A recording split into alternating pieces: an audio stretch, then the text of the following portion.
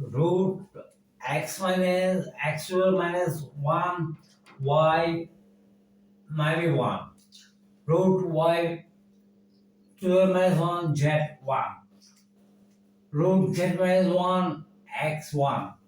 So root is equal to half. X minus y 1 y 1 half.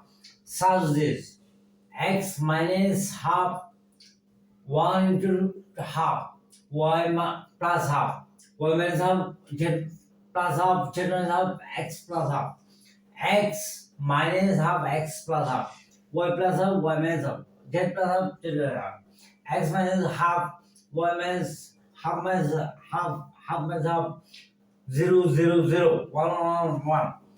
Watch this and realize this. My thesis.